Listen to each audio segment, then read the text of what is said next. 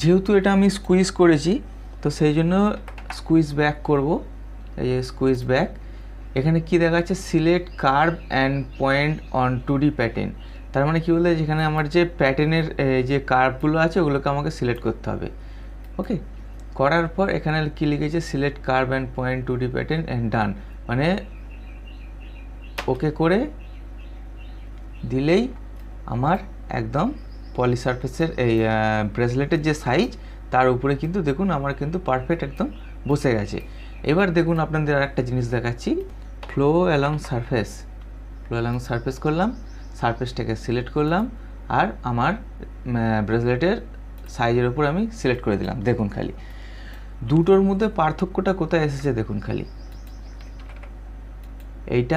এইটা হচ্ছে আমার ফ্লো অ্যালং সারফেসের প্যাটার্ন, দেখেছেন তো কীরকম টেনে কীরকম লম্বেটে শেপ এসে গেছে। আর এইটা হচ্ছে আমার স্কুইজ, যেটা আমি করলাম স্কুইজ করে সেইটার। তো নিশ্চয়ই বোঝা গেল দুটোর মধ্যে পার্থক্যটা কোথায় আসে। আশা করি বোঝাতে পারলাম।